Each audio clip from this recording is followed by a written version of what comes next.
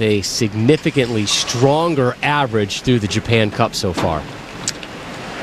I think the most interesting thing is the fact that Ohsawa is 55 years of age, taking on this guy right here who's only 30.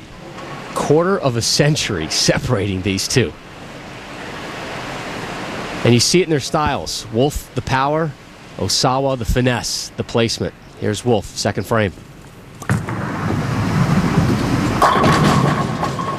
Leaves the 10. 10 again, only this time it's a flat 10. And Mike Wolfe told me earlier that the key for him on today's oil pattern here at the Tokyo Gymnasium is all about ball speed, because the oil is pushed down the lane. If he gets a little too firm, the ball finishes late and it hits weak, just like that shot did right there.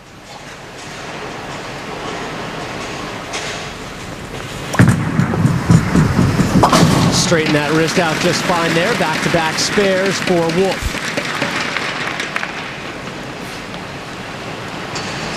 And Ohsawa comes up, and we were talking about this earlier, Randy, a lot less of an arc, less of a rainbow on his toss. Much straighter, much more traditional style, the way the Japanese were taught way back in the day. Nice and straight and direct.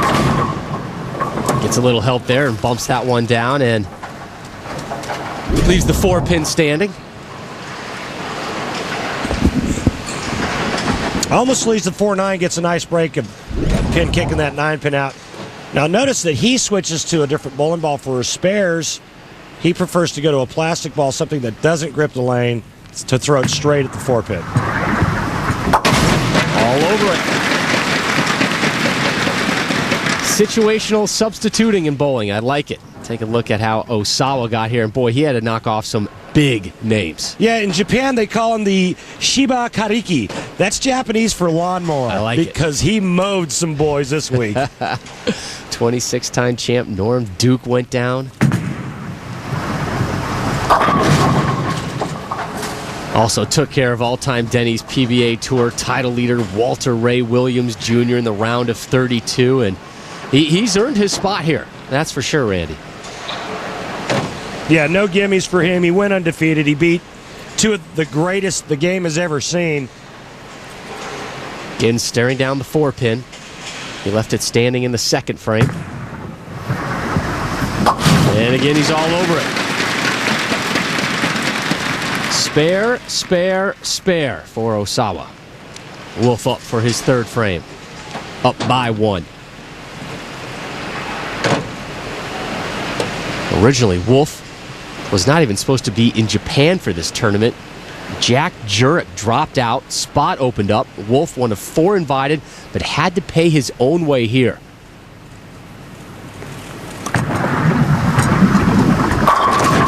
Good collision. They got that one to face the 1-3 the right way, and basically this ball creates its own vortex as it's going to suck 10 pins right off the deck. But Mike Wolfe's throwing it so good right now, you can barely hear the ball hit the lane when he lets go of it. He knew that one was good. Very stoic frame of Wolfe here. Cyborg-like. I like it.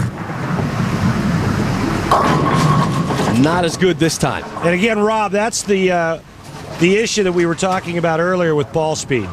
He gets a little too fast, the ball pushes too far down the lane, and quite honestly, he's lucky the 10-pin wasn't standing with the 2-8.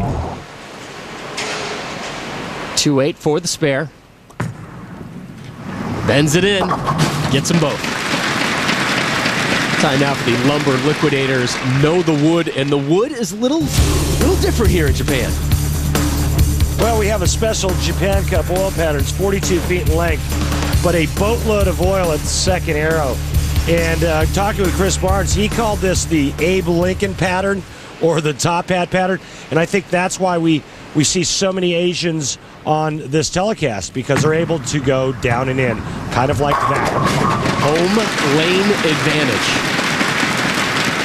You know, the players talked a lot about the fact that the format, there wasn't enough games. As you see a beautiful strike here by Ohsawa. When they talk about format, not enough games, you know, our players love to bowl a lot of games, but I think that it wasn't just the format, it was the oil pattern as well. It reduced the power of the U.S. game. And Ohsawa follows his first strike with a 9, leaving the 4-pin up. That's the 4th time this match he's left the 4-pin standing. And I just think that what he needs to do is make a parallel move left. What that means is he needs to move the same amount of boards with his feet as he does with his target. A 1-1 or 2-2 left will put him in a little bit more oil, and it'll hold the ball on line.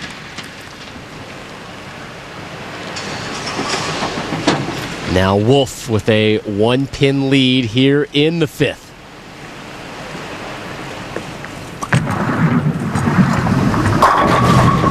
Leaves the 10. 28th in last season's PBA World Point rankings was Mike Wolfe.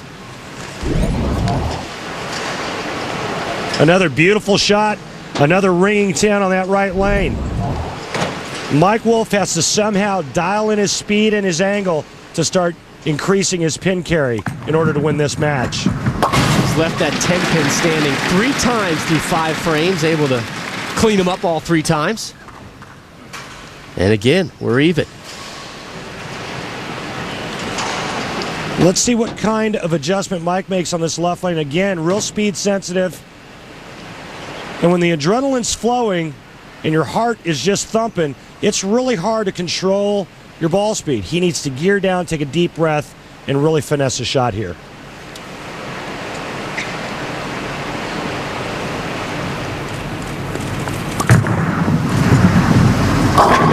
Nice finish. Still doesn't look all that happy about it, though, does he, Randy? He knows he was just a little bit firm, but he's getting it dialed in. We'll continue with semifinal number 1 coverage. The American Mike Wolfe, can he move on to the final? Back to semifinal number 1 action at the Japan Cup 2007. Mike Wolfe sitting down, but on top. Ohsawa opens up the 6th with a big 4, which is big ugly in bowling. 4, 6, 7, 10. This ball cuts right through the heart. And again, it's a matter of Ohsawa not making the proper adjustments.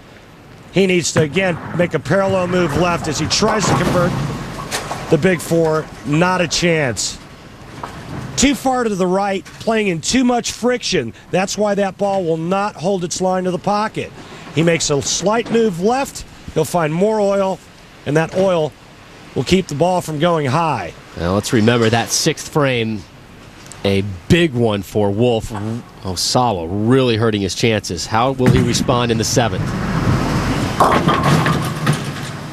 Shaken but standing. Leaves the 2, 4, and 8. You start questioning yourself, you're in big trouble. Yeah, he's confused. You know, you look down and you're looking at the boards, you're looking at your feet, you're trying to figure out, what the heck am I supposed to do now? Which board should I stand on? I mean, he might as well take a coin out of his pocket and flip it. Never good in the semifinal when you're flipping coins to figure out where you're lining things up. Cleans up that mess well, though. Wolfe up now with the 7th frame, a big lead, and he can add to it. Just looking on the face of Ohsawa, he knows he may have let this one slip away. Yeah, the bad news for Ohsawa, he's not lined up. Mike Wolfe is.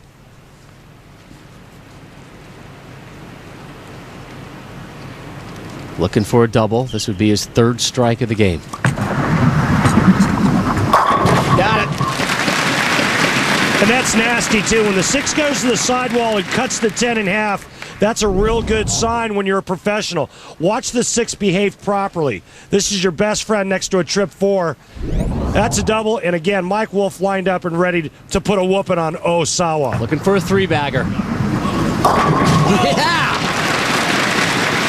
It may be all over but the shouting at this point. And that one came back from Yokohama. I mean, Mike Wolfe thought he got that one wide, and watch this bender. Check out the rotation. Beautiful hand behind the back of the bowling ball, and it looked like somebody just kicked it left. And you saw just a faint glimpse of a smile from Wolfe, knowing that he is well in control of this one. Up 36. Here's Ohsawa in the 8th. Well, that'll get